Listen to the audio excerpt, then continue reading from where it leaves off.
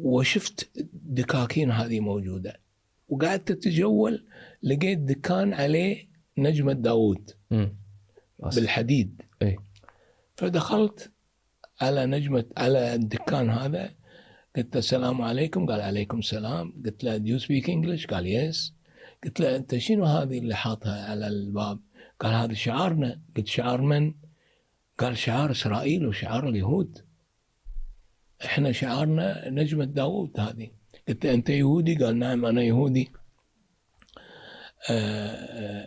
فقلت له أنتوا مستقرين؟ قال أنا مولود وهذه أولادي وهذا حفيدي وإحنا مستقرين. قلت مرتاحين في إيران؟ قال جدا مرتاحين.